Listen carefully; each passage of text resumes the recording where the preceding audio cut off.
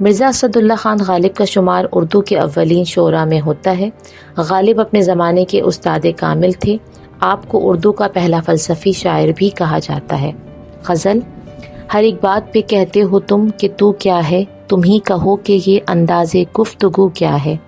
تو کیا ہے یعنی تیری حیثیت کیا ہے، انداز گفتگو بات کرنے کا طریقہ۔ شاعر اس شعر میں اپنے محبوب سے اس کی بے رخی کا تذکرہ کرتے ہوئے اس کے رویے کی طرف اشارہ کرتے ہیں۔ کہتے ہیں کہ میں جب بھی اس کے پاس اظہار محبت کے لیے جاتا ہوں تو وہ بڑی بے رخی اور غرور کے ساتھ مجھے میری حیثیت یاد دلاتا ہے اور کہتا ہے کہ تمہاری حیثیت نہیں کہ میں تمہیں اپنا محبوب سمجھوں۔ چپک رہا ہے بدن پر لہو سے پیراہن، ہماری جیب کو اب حاجت رفو کیا ہے۔ لہو خون، جیب دامن، پیراہن لباس، حاجت رفو سلائی کی ضرورت۔ غالب اس شعر میں زمانے سے ملنے والے درد اور حادثات کا ذکر کرتے ہیں۔ کہتے ہیں کہ میرے جسم سے خون بہہ کر میرے کپڑوں میں جمع ہو رہا ہے اور خون آلود لباس کی وجہ سے میرا جسم چپک گیا ہے، جس کی وجہ سے میرا پھٹا ہوا دامن کسی کو دکھائی نہیں دیتا، لہٰذا اب اسے کسی سلائی کی ضرورت نہیں۔ جلا ہے جس میں جہاں دل بھی جل گیا ہوگا، کریدتے ہو جو اب راکھ جستجو کیا ہے۔ کریدنا، چھان بین کرنا، راکھ جلی ہوئی ریت۔ شاعر کہتے ہیں کہ اے میرے محبوب، تم نے اپنی بے رخی سے جہاں میرا جسم جلایا ہے وہاں میرا دل بھی جل گیا ہے۔ اب اتنے ستم ڈھانے کے بعد تم میری حالت پوچھتے ہو، آخر تم کیا جاننا چاہتے ہو، تمہیں کیا جستجو ہے۔ رگوں میں دوڑتے پھرنے کے ہم نہیں قائل، جب آنکھ ہی سے نہ ٹپکا تو پھر لہو کیا ہے۔ قائل، بات منوانا۔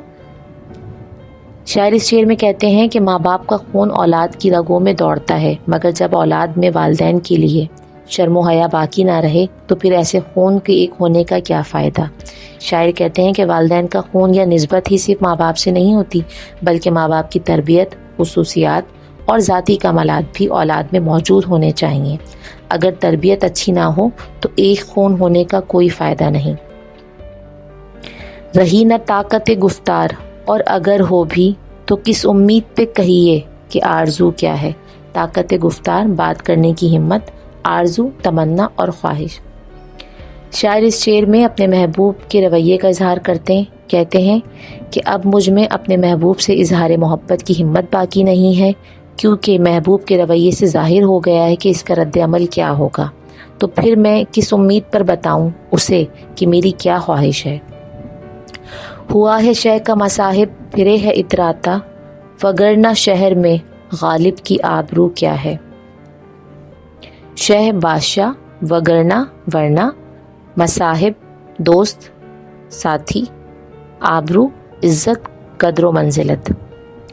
شاعر اس شعر میں کہتے ہیں کہ غالب کا حال تو کچھ یوں ہے کہ وہ آج کل بادشاہ کے ساتھ ہوتا ہے اور وہ اسی بات پر اتراتا پھرتا ہے، ورنہ اس شہر میں غالب کی کوئی قدر و منزلت نہیں۔ شاعر اس شعر میں ہمیں نصیحت کر رہے ہیں کہ بڑے لوگوں کی صحبت انسان کی ذات میں غرور پیدا کر دیتی ہے، جو کہ اس کے لیے نقصان دہ ہوتی ہے۔ انسان کو چاہیے کہ ہر حال میں وہ اپنی حقیقت کو یاد رکھے۔ جزاک اللہ۔